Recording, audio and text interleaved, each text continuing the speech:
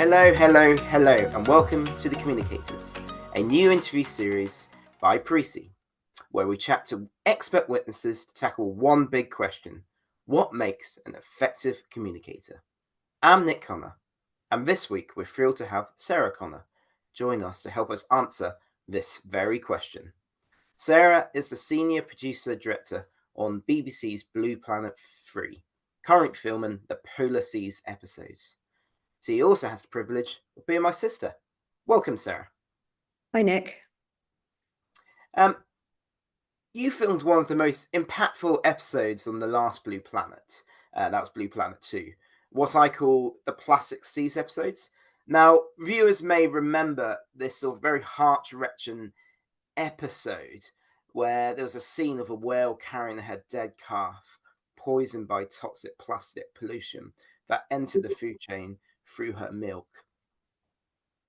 Now, as someone who's spent pretty much my entire adult life working in political communications, I don't think I've ever had as much of an impact as that single episode has on global policy.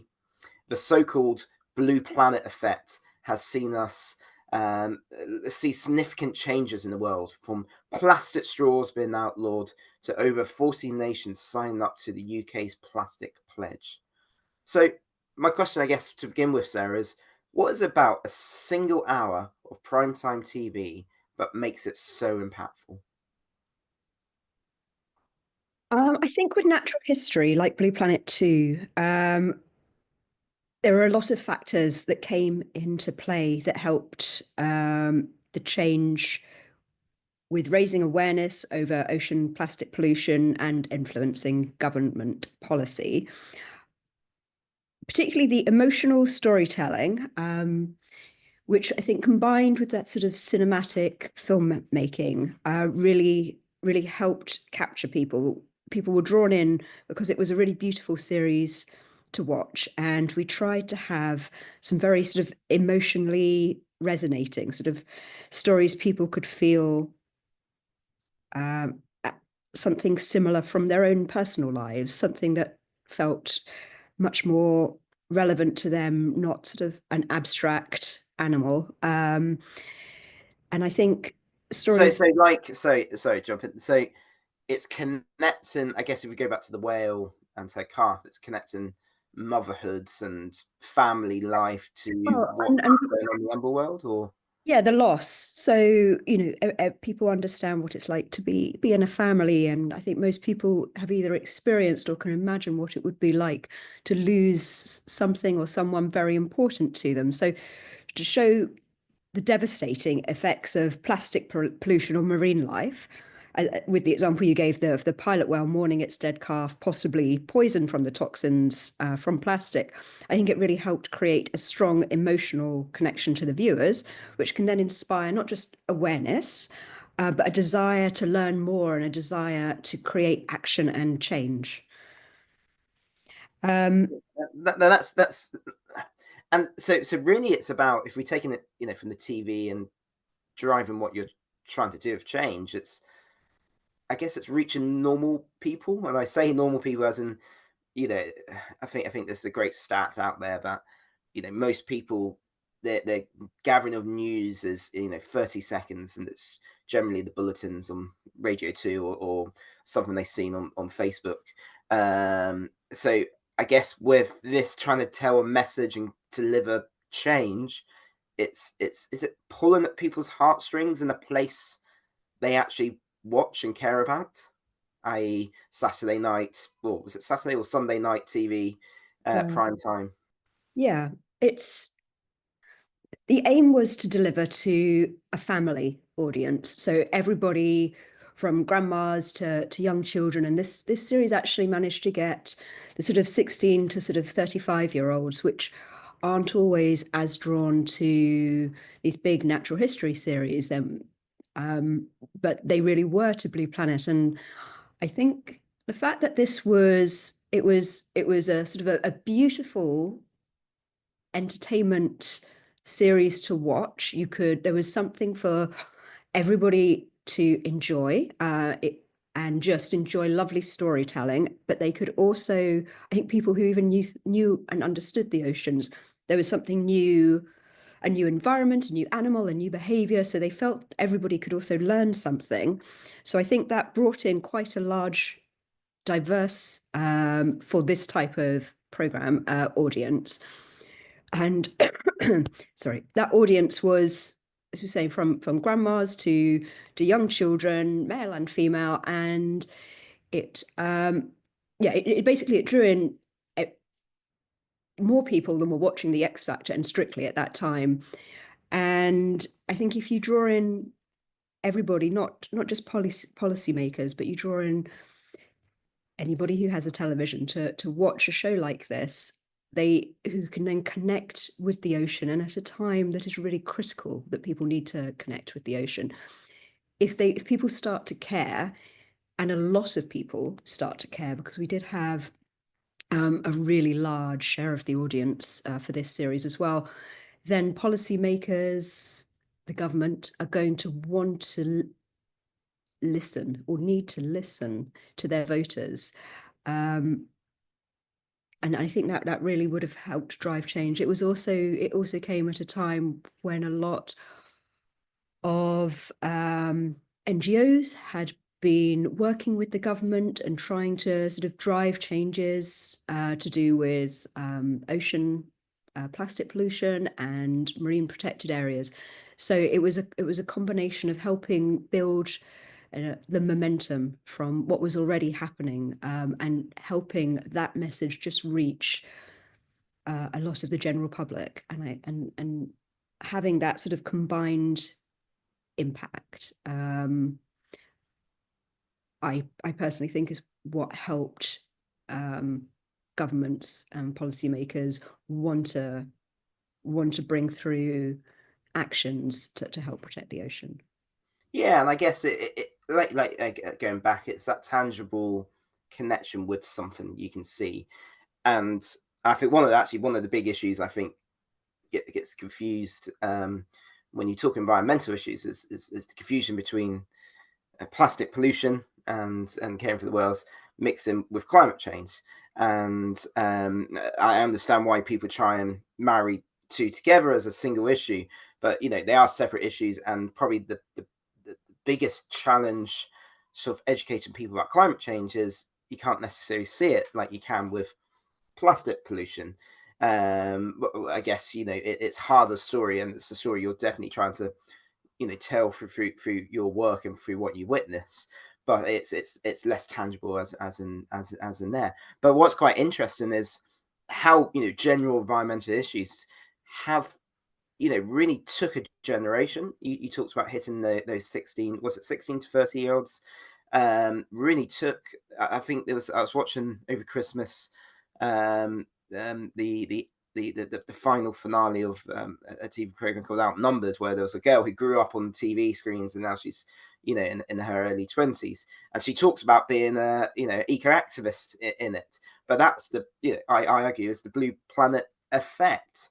And but do you think Blue Planet 3, which will come out in the next few years, is going to have the same effect? Because our kids sitting down watching TV with is it such a family event, or is there new mediums, new ways? You'll need to connect, or does David Attenborough, does he have that cut through where potentially he is more as much of a TikTok star than he is a TV star? Yeah, there's a lot of questions in that question. So I think with Blue Planet 2, we actually raised a number of issues with the ocean. It wasn't just plastic pollution, but the plastic pollution was one that was very visual to see the pollution as well as the impact. And there were very relatable examples of how plastic pollution harms marine the marine environment. So it made it easier to understand, and also there were examples we could use to highlight how ocean health was related to human health. So I think people can empathize emotionally with an animal story, but if they can then understand how it impacts and affects them and their families, that helps raise the urgency of these issues. Climate change, it's harder to show visually. We can show, and increasingly we are seeing the impacts of climate change, but climate change is a really big, broad problem. But if you break it down into smaller parts, I think that makes it easier for people to understand and to be able to see how different aspects of it are already affecting us and will increasingly affect us, which I think with whatever sort of topics Blue Planet 3 focuses on throughout the natural history series, and with our final episode, Future Seas, where we're able to sort of really highlight the problems and the work people are doing over ocean problems through filming scientists and conservationists.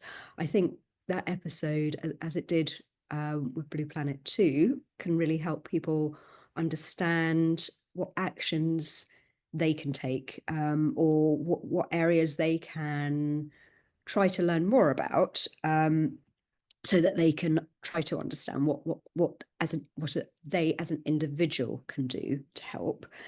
So David is a sort of, it's I think a universally trusted voice. You know, he is knowledgeable, and he seems to resonate with every generation, from those who watch TikTok to those who only watch sort of linear television. BBC programs are not just shown on terrestrial TV. There's, within the UK, we have iPlayer, so you can watch it whenever you like. I rarely watch personally. I rarely even watch television at a set time. I think it's lovely that these sort of series can draw families and friends together to make it an event, to want to watch at 6 p.m. on a Sunday night. But also you can watch it whenever you want, wherever you want, on your phone, in bed at 11 p.m. or a.m. when before you go to sleep, when you wake up. And this, and the BBC programs are shown internationally around the world, on all sorts of different formats. So hopefully, the manner in which people watch, it doesn't matter whether it's just clips on YouTube or TikTok, or they sit down to watch the whole program. The storytelling, the sort of emotional connection to the animal, and sort of awareness of the issue through entertainment rather than through, I guess, people preaching or telling them what they must do or what is good and what is bad, but people being able to draw their own conclusions from seeing what is really happening in the world.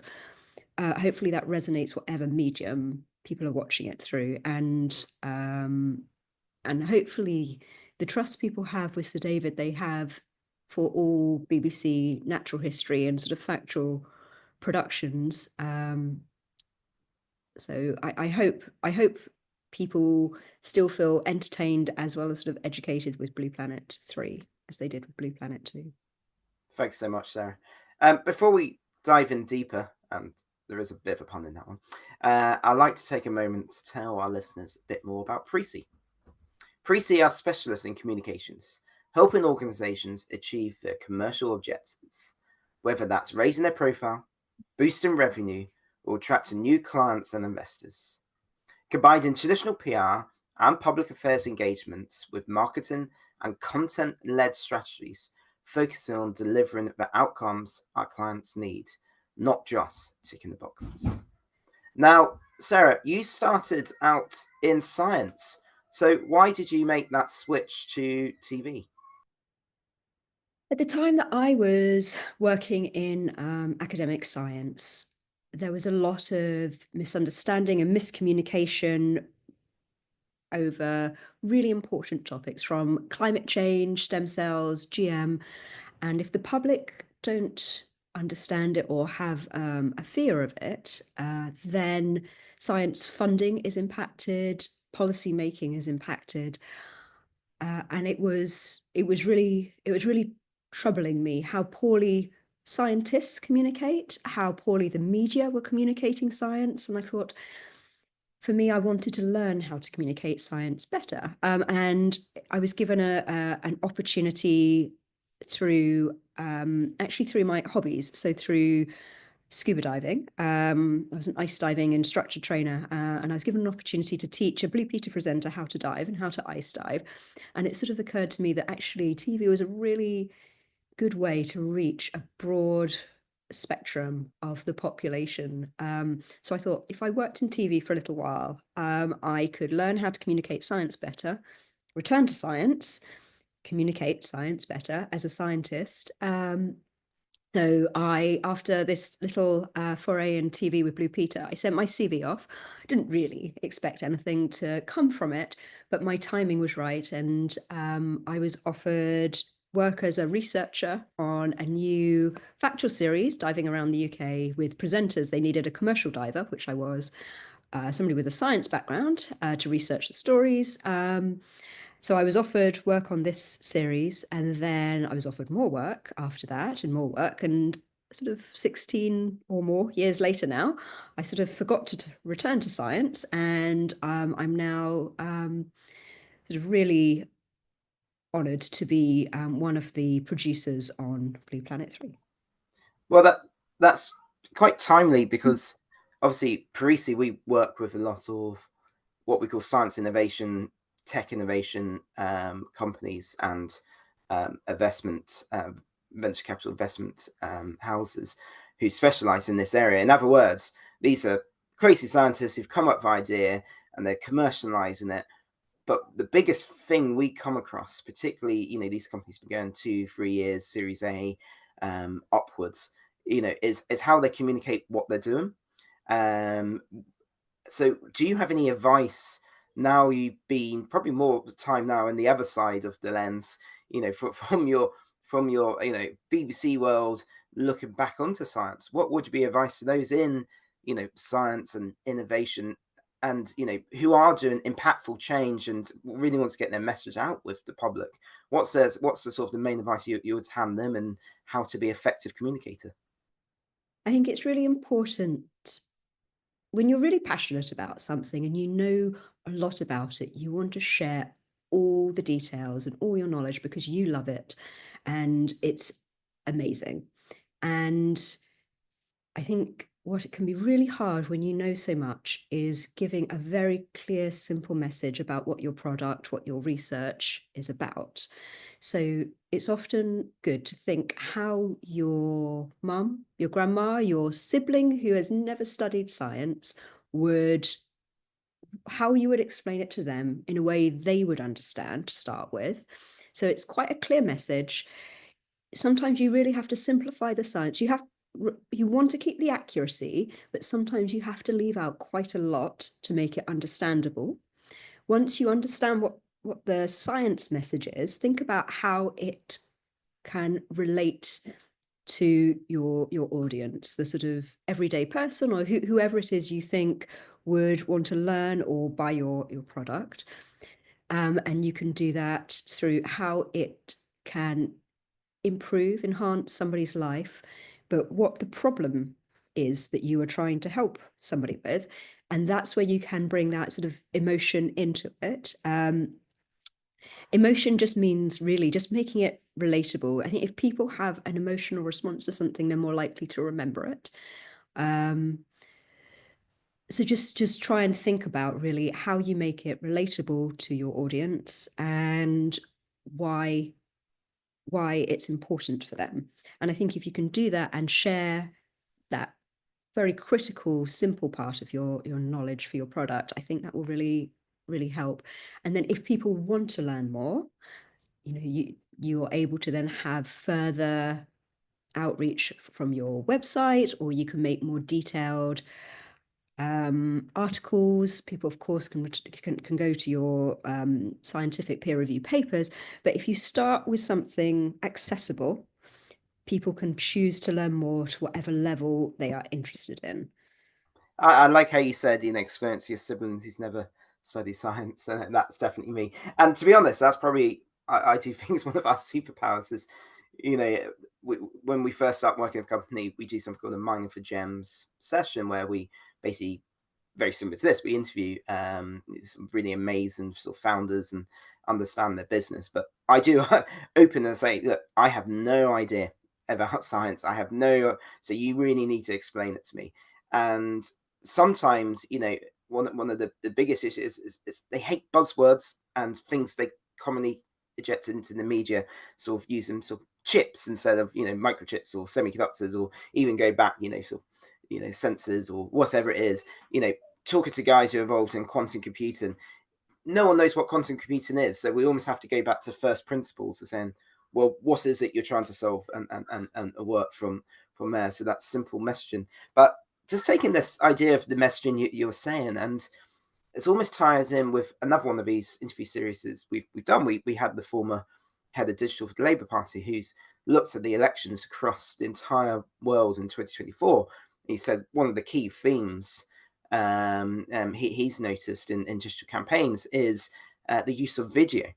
Now, is there something special about the video, and is it actually quite beneficial for sort of science and technical world to use this medium to tell something a bit more complex in probably more of a user friendly way?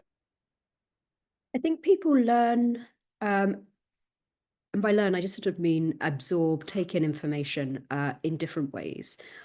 Um, so that can be just hearing information, but that's only going to be a small percentage of the population. Others will take in information visually, and or we can combine those. And by having sort of video, by having sort of clips to share information, it gives us an opportunity where you can potentially you could see people, which makes it relatable, or you can show, for example, when I worked in the BBC's science unit, sort of more complex topics, for example, Horizons, where we were trying to explain really complex physics. If we were able to have a graphic, or even our contributing scientist, draw something to explain a topic, it allows us to explain things in lots of different ways to hopefully allow a greater number of people to understand. And the sort of the visual medium is so diverse. It does mean we are able to show things and try to explain complex things in simple ways, much more easily than just trying to explain what could be quite an abstract concept. No, and that's interesting, and it, again, it goes back to being relatable. But just to take it back, I guess, even further to your day job, it reminds me. So there's a people will know Rory Sutherland, who's become a TikTok star, but he's also chairman and head of the behavioural science unit at Uberv, the big ad agency. And he has this great line. He goes, put an animal in an advert, it will sell more. There's no science. People just like animals, and it helps things sell.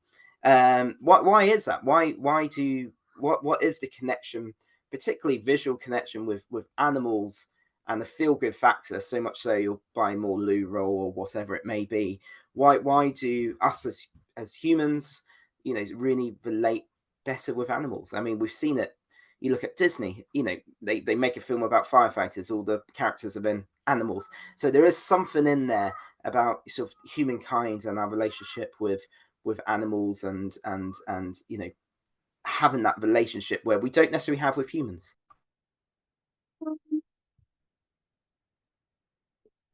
It's interesting. I mean, I guess more from a personal perspective, I feel like they are more innocent. We're not prescribing politics or any sort of association with I guess, any sort of bias. So whether that's religion, politics, football team, they offer sort of that sort of unconditional innocence and love. They sort of, from our perception, they lack a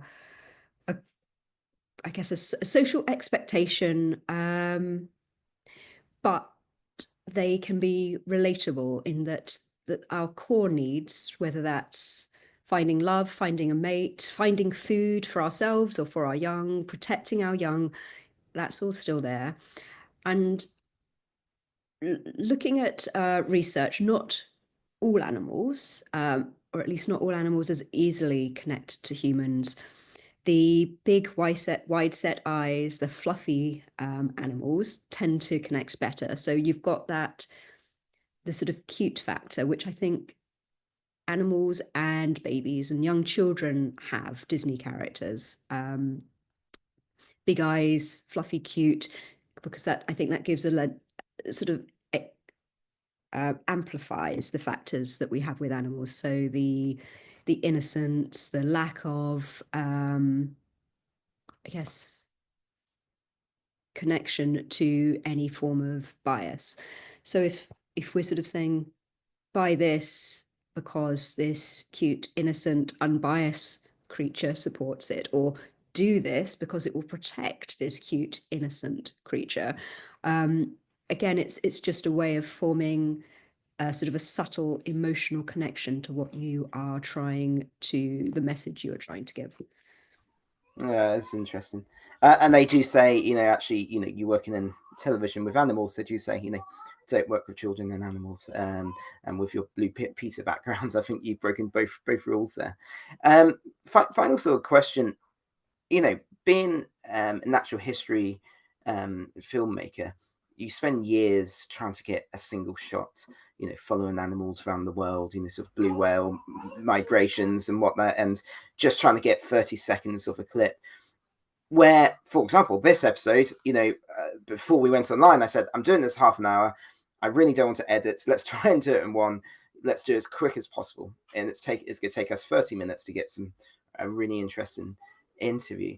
I think in the world of social media, where things are just much more quicker, what is the value of high production, high sort of effort to get such of footages? Or is it because natural history is more, it's more academic in the sense that you're capturing the world as it is now for future generations more than this interview will last, over the next couple of months?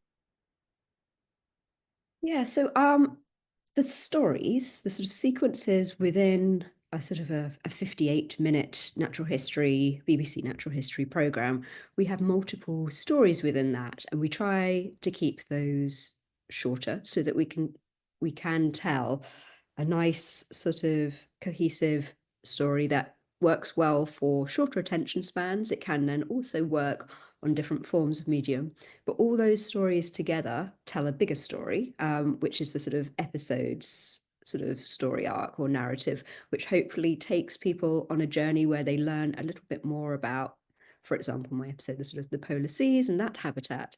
So I hope that these sort of programs, they can work in that sort of long form when people have time and attention to want to watch for an hour, but they can also work when people want to just dip in and out and just have 3 minutes, 8 minutes, or even 30 seconds from some parts. That's why we have for a lot of these series the sort of digital halo, which are taking either sections of the stories we're telling or a related story from it so that people can still learn and understand and connect with the ocean, whatever form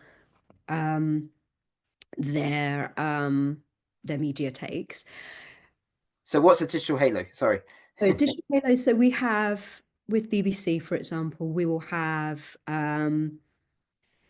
stories. So either the whole 8 minute story or a cut down version of that, which can go on, for example, BBC's social media. It can also go on BBC Earth. We then also have our impact arm where they will either use parts of our footage to tell more of a impact-led story, so relating to, for example, from like Blue Planet 2, the plastics. They could also use some of the footage and do additional filming with, say, a scientist to help expand that message so people can come to that social media to learn more.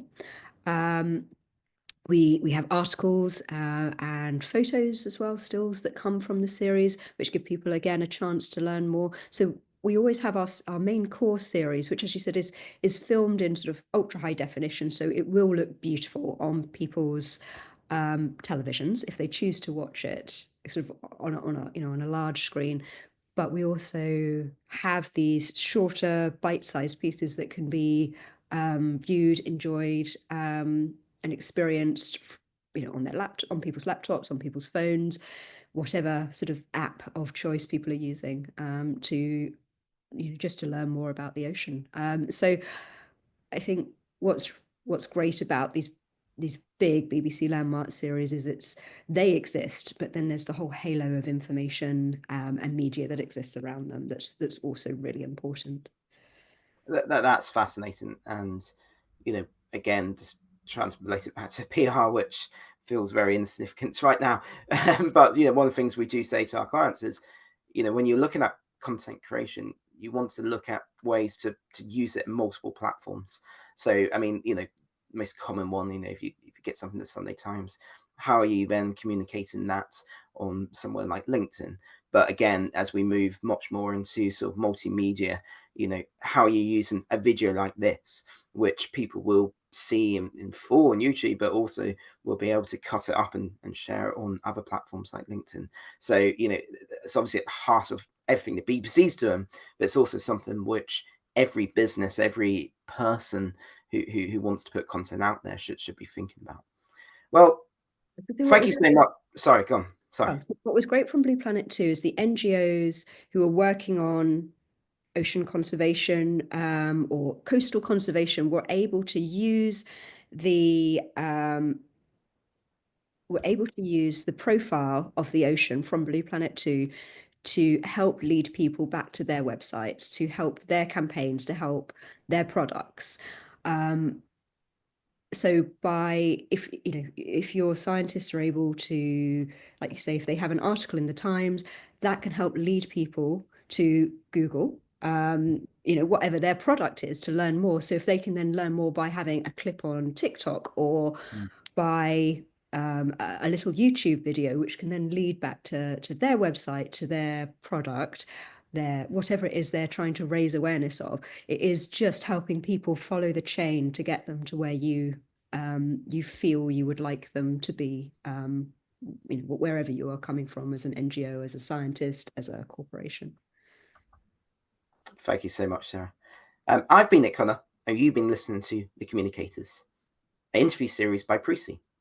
If you have any questions for us or Sarah, drop them in the comments. And don't forget to give us a like. Be sure to tune in next time. Thank you.